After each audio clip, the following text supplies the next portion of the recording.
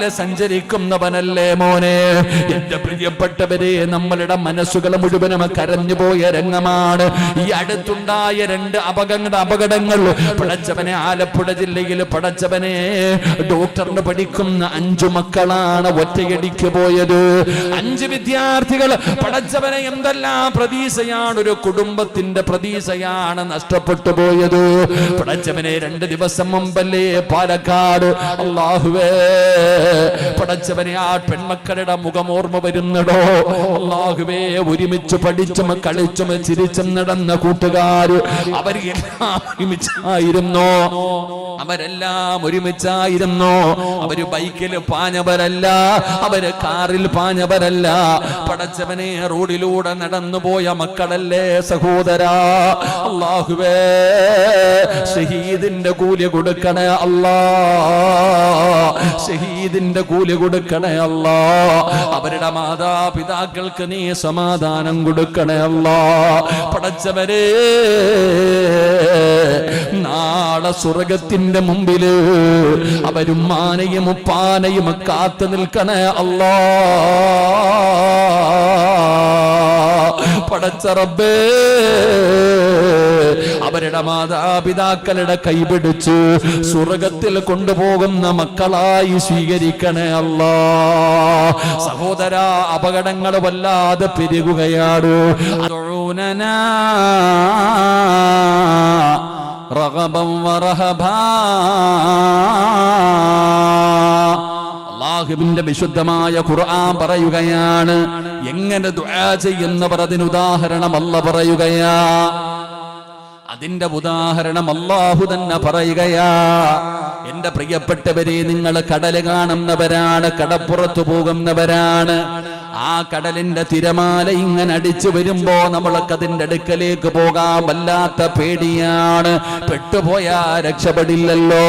എന്നാ സഹോദരാ, നീ കടലിന്റെ നടുക്കോട്ട് പോയി നോക്ക്. കടലിന്റെ ഉൾഭാഗത്തേക്ക് പോകും തോറും വല്ലാത്ത ആഴമാണ് മോനെ. ആ നടുകടലിലെങ്ങാണം ഒരു മനുഷ്യന് വീണുപോയാൽ, ആ നടുകടലിലെങ്ങാണം ഒരു മനുഷ്യന് വീണുപോയാ, എത്ര വലിയ നീന്തലറിയുന്നവനാണെങ്കിലും അവൻ രക്ഷപ്പെടാൻ ചാൻസ് ഇല്ലടോ. എന്നാൽ എന്റെ പ്രിയപ്പെട്ടവരെ, ആ കടലിലെ ഏറ്റവും ആഴമുള്ള സ്ഥലത്ത് ജീവിക്കുന്ന മീനാണ് തിമിംഗലം. ആ തിമിംഗലം എന്ന് പറയുന്ന മീന് അത് കടലിലെ ഏറ്റവും വലിയ മീനാണ്. എന്റെ പ്രിയപ്പെട്ടവരെ, ആ മീനിന്റെ വയറ്റിലെങ്ങാണം ഒരു മനുഷ്യൻ അകപ്പെട്ടു പോയാലോ, ആ കടലിന്റെ അടിയിൽ കിടക്കുന്ന മീന് ആ തിമിംഗലത്തിന്റെ വയറിന്റെ ഉള്ളിൽ ഒരു മനുഷ്യന് പെട്ടുപോയാൽ എങ്ങനെ രക്ഷപ്പെടാനാ പെങ്ങള്? എന്നാൽ ആ കടലിന്റെ അടിയിൽ കിടക്കുന്ന തിമിംഗലം എന്ന് പറയുന്ന മീനിന്റെ വയറ്റിലേക്ക് യൂനുസ് എന്ന് പറയുന്ന ഒരു പ്രവാചകന് പോവുകയാണ്. നടുകടലിൽ വലിച്ചെറിയപ്പെട്ടു. തിമിംഗലം എന്ന് പറയുന്ന മീൻ വന്ന് വിഴുങ്ങുകയാണ്. യൂനുസ് നബി അലൈഹിസ്സലാം കടലിന്റെ ഏറ്റവും വലിയ മീനായ തിമിംഗലം, ആ തിമിംഗലം കടലിന്റെ ഏറ്റവും ആഴമുള്ള സ്ഥലത്ത് കടലിന്റെ അടിത്തട്ടിലാണ്. ആ അടിത്തട്ടിൽ കിടക്കുന്ന മീനിന്റെ വയറിനകത്താ യൂനുസ് എന്ന് പറയുന്ന മനുഷ്യന്, ആ പ്രവാചകൻ കിടക്കുന്നത്. എങ്ങനെ രക്ഷപ്പെടാനാ? ഞാനും നിങ്ങളും തലകുത്തി കിടന്ന് ചിന്തിച്ചാൽ 1% പോലും രക്ഷപ്പെടാൻ ഓപ്ഷൻ ഇല്ലടോ. രക്ഷപ്പെടാൻ ഒരു വഴിയുമില്ല. എല്ലാ വഴികളും അടഞ്ഞിരിക്കുകയാണ്. പക്ഷേ ആ സമയത്താണ് യൂനുസ് എന്ന് പറയുന്ന പ്രവാചകൻ വിളിക്കുകയാ. വനദാ ഫിദ്ദുലുമാത് അല്ലാ ഇലാഹ ഇല്ലാ അന്ത സുബ്ഹാനക ഇന്നി കുന്തു മിനൽ-ളാലിമീൻ.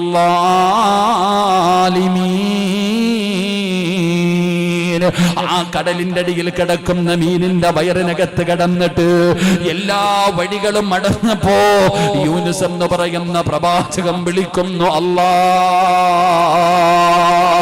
ഏതൊക്കെ വഴികളടഞ്ഞാൽ നിനക്ക് കഴിയുമല്ലാ, എന്നെ സഹായിക്കണേ അല്ലാ. ഇതിനാ പെങ്ങളെ ദുആ എന്ന് പറയുന്നത്. ചെറുപ്പക്കാരാ, ദുആ എന്ന് പറയുന്നത് ഇതിനാണ്. ഇതാ പറഞ്ഞത് വയദഊനനാ റഗബൻ വറഹബാ. ഇങ്ങനെ പ്രതീക്ഷയോടുകൂടി ദുആ ചെയ്യണം. ഇങ്ങനെ പ്രതീക്ഷയോടെ ആരൊക്കെ കൈവിട്ടാലും എന്റെ റബ്ബെന്നെ കൈവിടൂല, ആരൊക്കെ എന്നെ കൈയൊടിഞ്ഞാലും എന്റെ റബ്ബെന്നെ കൈയൊഴിയൂല. അല്ലാഹുവിന് ഒരു സെക്കൻഡ് മതിയല്ലോ, എന്റെ റബ്ബിനൊരു നിമിഷം മതിയല്ലോ. എന്റെ പ്രിയപ്പെട്ടവരെ, ഇതിനാ ദുആ എന്ന് പറയുന്നത്. ഈ വാഴ കേൾക്കാമെന്നിരിക്കുന്ന ആയിരക്കണക്കിന് പേര് ഇവിടെയുണ്ടല്ലോ. നിന്റെയൊക്കെ ജീവിതത്തിൽ ഒരിക്കലെങ്കിലും ഇങ്ങനെ ദുആ ചെയ്തിട്ടുണ്ടോ സഹോദരാ? ജീവിതത്തിൽ ഒരിക്കലെങ്കിലും ഇതുപോലെ പ്രതീക്ഷയോടെ ദുആ ചെയ്തിട്ടുണ്ടോ? ഇല്ല സഹോദരിമാരെ, നമുക്ക് പക്ഷേ അങ്ങനെ ദുആ ചെയ്യുന്നവർക്കാ ഫിർദൗസ് എന്ന് പറയുന്ന സ്വർഗ്ഗമുള്ളത്. ഈ സമുദായത്തിന് പിടിപെട്ടിരിക്കുന്ന ഏറ്റവും വലിയ നാശം എന്തെന്നറിയോ? നിരാശയാ സഹോദരാ, നിരാശയാ ചെറുപ്പക്കാരാ. പ്രതീക്ഷയില്ലടോ, നമുക്ക് പ്രതീക്ഷയില്ലടോ.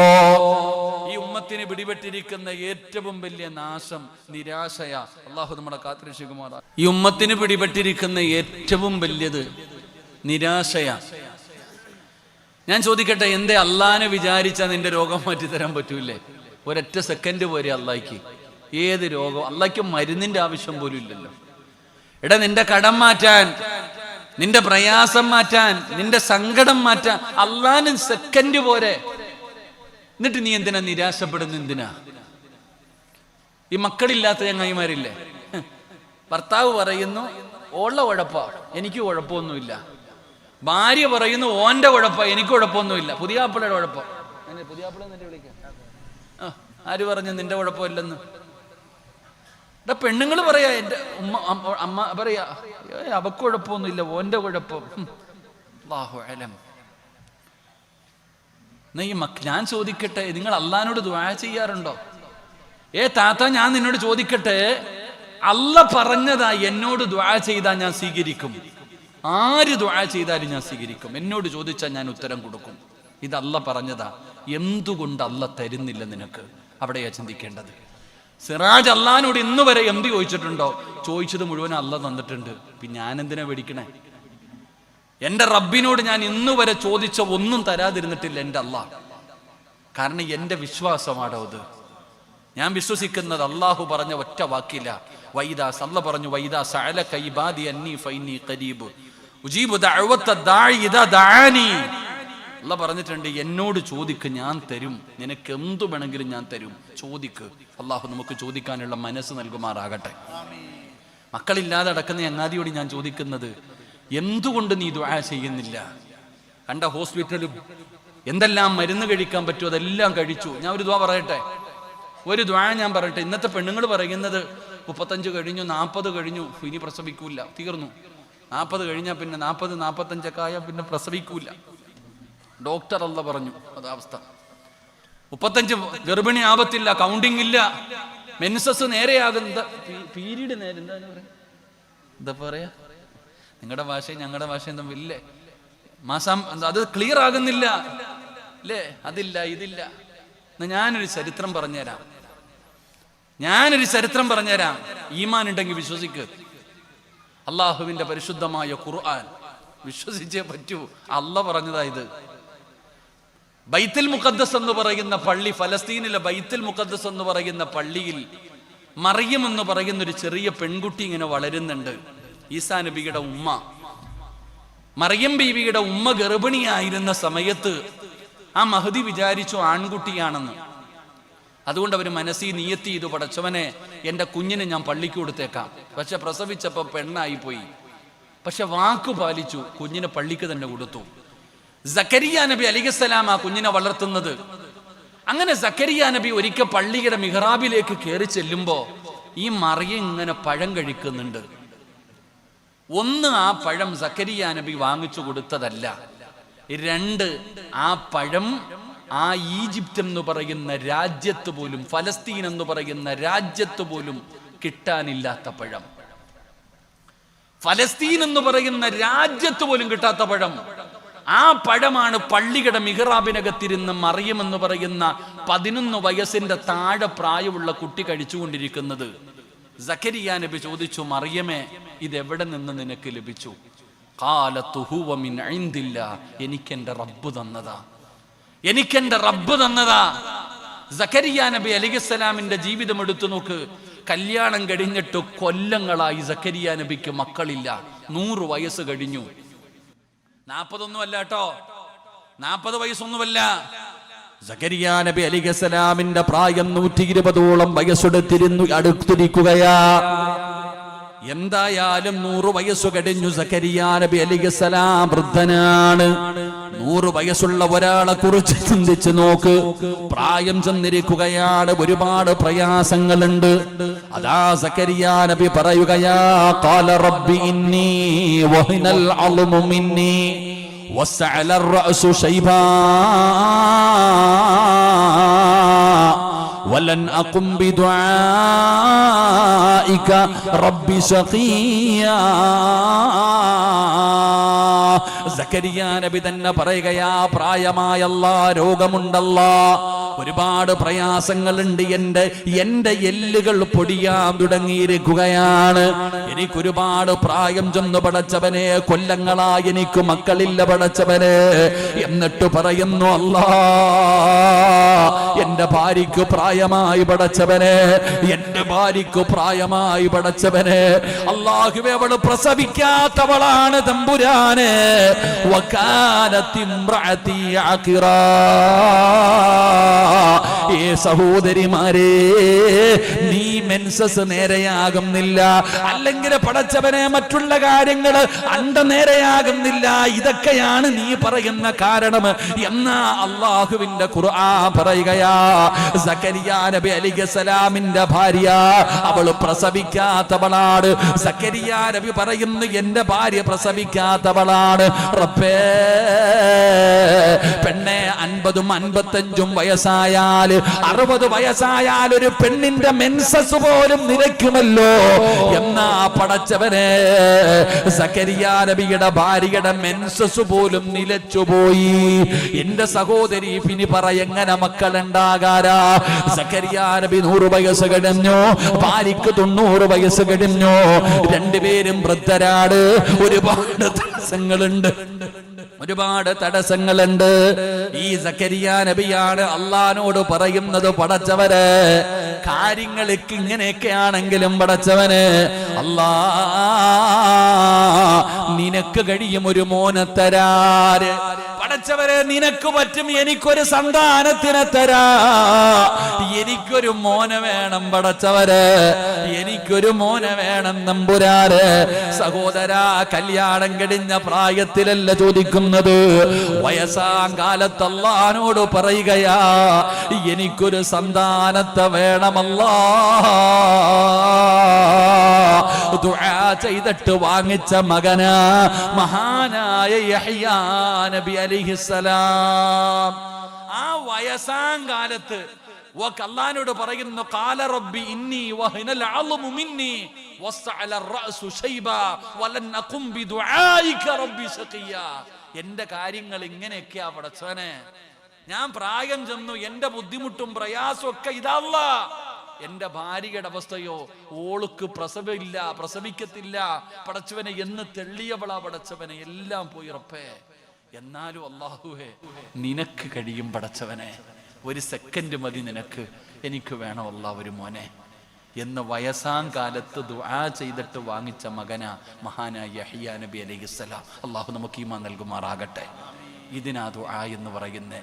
മക്കളില്ലാത്ത നിന്നോട് ഞാൻ ചോദിക്കട്ടെ, ജീവിതത്തിൽ ഒരിക്കലെങ്കിലും നീ നിന്റെ കുഴപ്പം എൻ്റെ കുഴപ്പമല്ല, നിങ്ങളുടെ കുഴപ്പം എന്ന് പറഞ്ഞ് അങ്ങോട്ടും ഇങ്ങോട്ടും പടിചാരിയതല്ലാതെ ഒരിക്കലെങ്കിലും ഒന്ന് കരഞ്ഞ് ദുആ ചെയ്തിട്ടുണ്ടോ? ഭർത്താവ് പറയുന്നു എനിക്ക് കുഴപ്പമില്ല, ഓളുടെ കുഴപ്പം. ഓള് പറയുന്നു എനിക്ക് കുഴപ്പമില്ല, ഓന്റെ കുഴപ്പം. എന്നിട്ട് കുഴപ്പം നോക്കി നടക്കാം അങ്ങോട്ടും ഇങ്ങോട്ടും. എന്നാൽ രണ്ടും കൂടെ ഇരുന്നിട്ടൊരു യാസീൻ ഓതിയിട്ട് ജീവിതത്തിൽ ഒരിക്കലെങ്കിലും നെഞ്ചു പൊട്ടിയിട്ടൊന്ന് കരഞ്ഞിട്ടുണ്ടോ?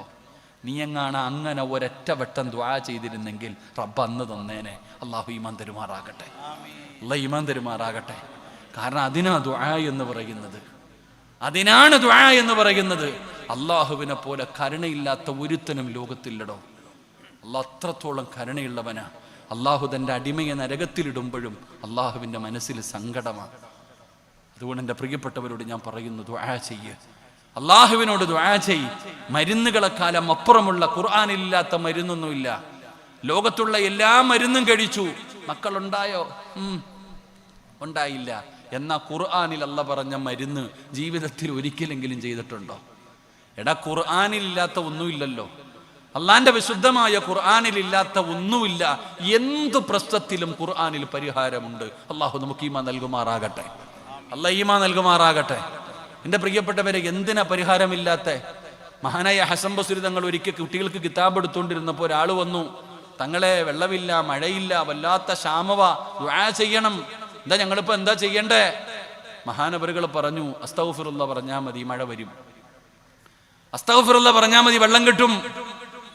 ഒരാൾ വന്നിട്ട് പറഞ്ഞു, തങ്ങളെ കച്ചവടമൊന്നുമില്ല, ആകെ പ്രശ്നത്തിലാ, പ്രയാസത്തിലാ.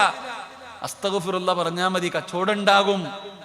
മൂന്നാമതൊരാൾ വന്നു, കല്യാണം കഴിഞ്ഞു, മക്കളില്ല തങ്ങളെ, അസ്തഗ്ഫിറുല്ലാ പറഞ്ഞാൽ മതി, മക്കളുണ്ടാകും. ശിഷ്യന്മാര് ചോദിച്ചു, ഇതിപ്പോ എന്താപ്പ എല്ലാത്തിനും ഒരു മരുന്ന് തന്നെ? മൂന്നും വിപരീതമല്ലേ? മഴ പെയ്യണമെങ്കിൽ അസ്തഗ്ഫിറുല്ലാ പറയാൻ, മക്കൾ ഉണ്ടാകണമെങ്കിൽ അസ്തഗ്ഫിറുല്ലാ പറയാൻ, കച്ചവടത്തിൽ അഭിവൃദ്ധി ഉണ്ടാകണമെങ്കിൽ അസ്തഗ്ഫിറുല്ലാ പറയാൻ. എന്താ ഉസ്താദ് ഈ പറഞ്ഞേ? അപ്പൊ ഉസ്താദ് പറഞ്ഞ മറുപടി ഖുർആൻ ഓതിയിട്ടുണ്ടോ? ഫഖുൽതു അസ്തഗ്ഫിറൂ റബ്ബക്കും ഇന്നഹു കാന ഗഫാറാ യുർസിലിസ് സമാഅ അലൈക്കും മിദ്റാറാ വയംദിദുകും ബിഅംവാലിൻ വബനീൻ ويجعل لكم جنات ويجعل لكم أنهارا. അല്ലാഹുവിന്റെ വിശുദ്ധമായ ഖുർആനാ പറഞ്ഞത് അസ്തഗ്ഫിറുല്ലാ പറയാൻ. കടയിൽ കച്ചവടമില്ലേ? കടയിൽ കച്ചവടമില്ലെങ്കിൽ അടുത്തവന്റെ കടയെ നോക്കിയിട്ട് അവന് മാത്രം എവിടുന്നാടാ ഇത്ര ആള് കയറുന്നേ, ഞാൻ ഇവിടെ ഈച്ച അടിച്ചുകൊണ്ടിരിക്കുക, പണ്ടാരോടങ്ങാൻ അവനെ പ്രാപിക്കൊണ്ടിരുന്ന നിന്റെ കടയിൽ എങ്ങനെ കച്ചവടം ഉണ്ടാവാനാ? എന്നാ നീ അവന്റെ കടയിൽ നോക്കാതെ ഇരുന്നിട്ട് അസ്തഗ്ഫിറുല്ലാ അസ്തഗ്ഫിറുല്ലാ അസ്തഗ്ഫിറുല്ലാ എന്ന് പറഞ്ഞാ നിന്റെ കടയിലും കച്ചവടം ഉണ്ടാവും. അള്ളാഹു നമുക്ക് ഈമാൻ നൽകുമാറാകട്ടെ. മക്കളെ തെരഞ്ഞ്, മക്കളുണ്ടാക്കാനുള്ള മരുന്നും തെരഞ്ഞിട്ട് കണ്ട ആശുപത്രി മുഴുവനും കയറുന്നതിന് മുമ്പ് ഭാര്യയും ഭർത്താവും കൂടെ ഇരുന്നിട്ട് അസ്തഗ്ഫിറുല്ലാ പറ, എന്നിട്ട് ഇതിരി വെള്ളം ഊതി കുടിക്ക്. അള്ളാഹു നമുക്ക് ഈമാൻ നൽകുമാറാകട്ടെ. മക്കളില്ലാത്ത പാവങ്ങൾക്ക് അള്ളാഹു സന്താനങ്ങളെ കൊടുത്ത് അനുഗ്രഹിക്കുമാറാകട്ടെ. അതുകൊണ്ട് ദുആ ചെയ്യടോ. ദുആ ചെയ്താൽ അള്ളാഹു ഉത്തരം തരും. നഷ്ടമില്ല ദുആയില്. അതറിയോ? ഏത് കച്ചവടം ചെയ്താലും നഷ്ടമുണ്ട്. പക്ഷെ ഖുർആൻ ദുആ ചെയ്താൽ നഷ്ടമില്ല. 3-4 കിട്ടും. അള്ളാഹുടെ മുമ്പിൽ ആരെങ്കിലും കൈനീട്ടിയ സിറാജ് വെറുതെ ഇറക്കി വിടും. പക്ഷെ അള്ളാഹ് അങ്ങനൊന്നും അല്ല, മാന്യനാ പടച്ചവൻ. അള്ളാഹുടെ മുമ്പിൽ ആര് ചോദിച്ചാലും 3-4 കിട്ടും. ഒന്നുകിൽ നീ ചോദിച്ചത് തന്നെ തരും, അല്ലെങ്കിൽ നീ ചോദിച്ചത് തരൂല. അത് നാളെ മീസാൻ എന്ന് പറയുന്ന ത്രാസിലേക്ക് അള്ളാഹു മാറ്റി വെക്കും, അവിടെ ചെല്ലുമ്പോ തരാൻ. അതുമല്ലെങ്കിൽ നിനക്ക് വരാനിരിക്കുന്ന ഒരു ഷർറെങ്കിലും അള്ളാഹു തട്ടിമാറ്റുമെന്ന് ആദരവായ പ്രവാചകൻ നബി മുഹമ്മദ് മുസ്തഫ. അതാണ് ദുആ. അള്ളാഹുടെ മുമ്പിൽ കൈനീട്ടു മക്കളെ. റബ്ബ് തരുന്നത് പോലെ ലോകത്ത് ആർക്കും തരാൻ കഴിയില്ല. അള്ളാഹു നമുക്ക് ഈമാൻ നൽകുമാറാകട്ടെ. നമ്മുടെ ജീവിതത്തിൽ പ്രയാസം വരുമ്പോൾ ഞാൻ എന്തിനാ സഹാബത്തിന്റെ കഥ പറയണേ? എന്തിനാ? നിന്റെ വാപ്പാടെ അവസ്ഥ ആലോചിക്കേ. നമ്മുടെയൊക്കെ വാപ്പമാർക്ക് എന്തെങ്കിലും പ്രയാസം വന്നാൽ കളിചാപ്പി പോവോ, കഞ്ചാവടിക്കാൻ പോവോ? വാപ്പ നേരെ പള്ളിയിൽ പോയിട്ട് 2 റക്അത്ത് നിസ്കരിച്ചിട്ട് അവിടെ ഇരുന്നിട്ട് അങ്ങോട്ട് അള്ളാഹിനോട് പറയും, ആ പാവത്തിന്റെ പ്രശ്നം മാറുമായിരുന്നു. അവര് പള്ളിയിൽ പോയി നിസ്കരിച്ചിട്ട്, നിന്റെ ഉമ്മ നിനക്ക് എങ്ങനെ ജോലി കിട്ടിയേ? നിനക്ക് എങ്ങനെ ജോലി കിട്ടിയേ? നിന്റെ ഉമ്മ മക്കാമി പോയി കരഞ്ഞങ്ങോട്ട് ദുആ ചെയ്യ അള്ളാഹടുത്ത്. ഇവിടെ പോയിരുന്നൊരു യാസീനൊക്കെ ഓതിയിട്ട് അങ്ങോട്ട് ദുആ ചെയ്ത്, അങ്ങനെയല്ലേ നിനക്ക് ഇതെല്ലാം കിട്ടിയേ? പക്ഷെ നിനക്ക് കിട്ടാത്ത എന്താ? നിനക്ക് പിന്നെ ഇതൊന്നും ഇല്ലല്ലോ. അള്ളാഹു കാത്തിരക്ഷിക്കുമാറാകട്ടെ. നമ്മുടെ അവസ്ഥ ഏതായിപ്പോയി. നമുക്കെല്ലാം ആയപ്പോൾ ബുദ്ധി കൂടി. അതുകൊണ്ടാണ് നമ്മുടെ പ്രശ്നം. നമ്മുടെ ബുദ്ധി കൂടി പോയി ദുആ ചെയ്യാൻ തന്നെ ഇപ്പൊ മടിയാ നമുക്ക്.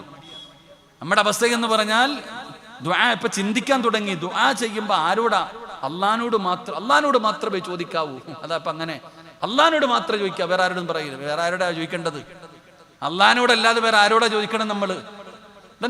അള്ളാഹ് ഏറ്റവും കൂടുതൽ ദുആ ചെയ്യുന്നതാരാ? അത് സുന്നികളാടോ നമ്മള്? അള്ളാഹു നമുക്ക് ഈമാൻ തരുമാറാകട്ടെ. ഇവിടെ പറഞ്ഞുകൊണ്ട് നടക്കുന്നല്ലോ അള്ളഹാനോട് മാത്രമേ പ്രാർത്ഥിക്കാവൂ എന്ന്. ഇവൻ എത്ര പ്രാർത്ഥിക്കും അള്ളഹാനോട്? ഞാൻ ചോദിക്കുന്നതാ. നമ്മളെയൊക്കെ കളിയാക്കുന്നവരൊക്കെ ഉണ്ടല്ലോ, ഇവൻ എത്ര അള്ളഹാനോട് പ്രാർത്ഥിക്കും? ഞാൻ ചോദിക്കട്ടെ, ഞാൻ സുബഹിക്ക് ഉറക്കത്തിൽ നിന്ന് എഴുന്നേൽക്കുമ്പോ ആദ്യം പറയുന്നത് അൽഹംദുലില്ലാഹില്ലദീ അഹ്യാനാ ബഅദമാ അമാതനാ വഇലൈഹിൻ നുശൂർ. ഞാൻ അള്ളഹാനോട് ദുആ ചെയ്തിട്ട് എഴുന്നേൽക്കണേ. ഒരു സുന്നി എന്ന് പറഞ്ഞ ആരാ? അവൻ രാവിലെ ഉറക്കത്തിൽ നിന്ന് എഴുന്നേൽക്കുമ്പോ തന്നെ അള്ളഹാനോട് ദുആ ചെയ്യും. നേരെ എഴുന്നേറ്റ് ബാത്റൂമിന്റെ മുമ്പിൽ ചെന്നു ഇടത് കാല് വെച്ച് കയറുമ്പോഴും അവൻ അള്ളഹാനോട് ദുആ ചെയ്യും. അവിടെ നിന്ന് ഇങ്ങോട്ട് ഇറങ്ങുമ്പോൾ വലത് കാല് വെച്ച് ഇറങ്ങുമ്പോൾ അപ്പോഴും ദുആ. ഒന്നാലിക്കണം, ഉറക്കത്തിൽ നിന്ന് എഴുന്നേറ്റ ഉടനെ ദുആ, ബാത്റൂമിൽ കയറുമ്പോ ദുആ, ഇറങ്ങുമ്പോ ദുആ, ഒളിവെടുക്കാൻ പോയി അവിടെയും ദുആ, ഒളിവെടുത്തിട്ട് ദുആ. ഓ സുബ്ഹാനല്ലാഹ്. നേരെ പള്ളിക്കകത്ത് കയറി വലത് അങ്ങോട്ട് കയറുമ്പോ ദുആ. അവസാനം നിസ്കാരം തുടങ്ങി, നിസ്കാരത്തിനകത്തും ദുആ. നിസ്കാരം കഴിഞ്ഞു പിന്നെയും ദുആ. ഒരൊറ്റ വഖത്ത് നിസ്കരിച്ചപ്പോൾ തന്നെ എത്ര ദുആ ചെയ്തു. എന്നാ ഈ പറയുന്നവൻ ആ നിസ്കാരം കഴിഞ്ഞു പോലും ദുആ ചെയ്യത്തില്ല. അല്ലാഹു ഈമാൻ തരുമാറാകട്ടെ. അവൻ അതുപോലുമില്ലടോ, അവൻ അതുപോലുമില്ല. ഇവനാണ് നമ്മളെ ദീൻ പഠിപ്പിക്കാൻ വരിക. അല്ലാഹു നമ്മുടെ ഉമ്മത്തിനെ കാത്തിരക്ഷിക്കുമാറാകട്ടെ. അവിടെയും പിഴപ്പിക്കുക. എങ്ങനെ? അങ്ങനല്ലേ ഇങ്ങനല്ലേ? ബുദ്ധി കൂടി ചിന്തിക്കുക. ബുദ്ധി കൊണ്ടാ ചിന്തിക്കുന്നേ. ഞാൻ ബുദ്ധി കൊണ്ടാ ചിന്തിച്ചെങ്കിൽ നീ പിന്നെ എങ്ങനെ ജീവിക്കുക ദുനിയാവിൽ? അള്ളാഹു ഉമ്മത്തിനെ കാത്തിരക്ഷിക്കുമാറാകട്ടെ. അതുകൊണ്ട് എൻ്റെ പ്രിയപ്പെട്ടവർ, അള്ളാഹുവിനോട് ആത്മാർത്ഥമായി ദുആ ചെയ്യും. അള്ളാഹു നമ്മുടെ ദുആക്ക് ഇജാബത്ത് നൽകുമാറാകട്ടെ. നമ്മുടെ ഈ മജ്ലിസിലെ ദുആ അള്ളാഹു സ്വീകരിക്കുമാറാകട്ടെ. അള്ളാഹു സുബ്ഹാനഹു വ തആല നമ്മുടെ പ്രയാസങ്ങളും നമ്മുടെ ബുദ്ധിമുട്ടുകളും നമ്മുടെ രോഗങ്ങളൊക്കെ അള്ളാഹു ശുഭയാക്കി തരുമാറാകട്ടെ. ഇൻഷാ അല്ലാഹ് ദുആ ചെയ്തുവിടപ്പം എനിക്ക് വയ്യടോ. ഞാൻ കിട്ടിയ അവസരത്തിൽ എൻ്റെ ശരീരം പോലും, എനിക്ക് നാളെ കർണാടകയിലെ പരിപാടി, വീണ്ടും കാസർഗോഡ, വീണ്ടും കർണാടക. അവരോടൊന്നും പറഞ്ഞിട്ട് കാര്യമില്ല, എന്തായാലും വന്നുപോയി, എല്ലായിടത്തും പോയേ പറ്റത്തുള്ളൂ.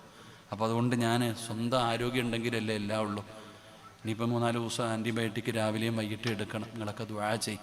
അള്ളാഹു നമ്മുടെ പ്രയാസങ്ങളൊക്കെ അള്ളാഹു മാറ്റി തരുമാറാകട്ടെ. ഇൻഷാ അല്ലാഹ് പിരിവെല്ലാം ഉണ്ടോ? ഇതിപ്പോൾ എന്താ ഈ വർഷം പിരിവൊന്നും ഇല്ലല്ലോ? എന്താണ് ഇപ്പം എന്തോ പിരിക്കാനാപ്പാ? റോഡിൽ കൂടെ പോകുമ്പോൾ കരിമ്പ് നിങ്ങൾ എല്ലാം നോക്കട്ടെ. റോഡിൽ കൂടെ പോകുമ്പോൾ പിരിവിൻ്റെ കാര്യം പറയുമ്പോഴേ പോകല്ലേപ്പാ. റോഡിൽ കൂടെ പോകുന്ന സമയത്ത് കരിമ്പ് ജ്യൂസ് അടിക്കുന്നവൻ്റെ അടുത്ത് പോയിട്ട് പറഞ്ഞു, 1 ഗ്ലാസ് കരിമ്പ് തരണമെന്ന്. 1 ഗ്ലാസ് ജ്യൂസ് വേണം. ഓനൊരു 3 കരിമ്പെടുത്ത് ഇങ്ങനെ അങ്ങോട്ട് മടക്കും. എന്നിട്ട് അതിനകത്തോട്ട് കയറ്റിയിട്ട് മാക്സിമം അങ്ങോട്ടും ഇങ്ങോട്ടും ഇട്ട് അടിക്കും. അങ്ങോട്ടും ഇങ്ങോട്ടും ഇങ്ങനെ അടിക്കും. അവസാനം ഇവനിങ്ങനെ മടക്കുന്നത് കാണുമ്പോൾ നമ്മൾ വിചാരിക്കും കളയാനാണെന്ന്, അല്ലേ?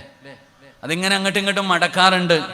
നമ്മൾ വിചാരിക്കും കളയാനാണെന്ന്. അല്ല, 1 ഇഞ്ചിയും 1 നാരങ്ങയും കൂടെ അതിൻ്റെ ഇടയിൽ വെച്ചിട്ട് വീണ്ടും 1 അടിയുണ്ട്. അള്ളാഹു കാത്തിരക്ഷിക്കുമാറാകട്ടെ.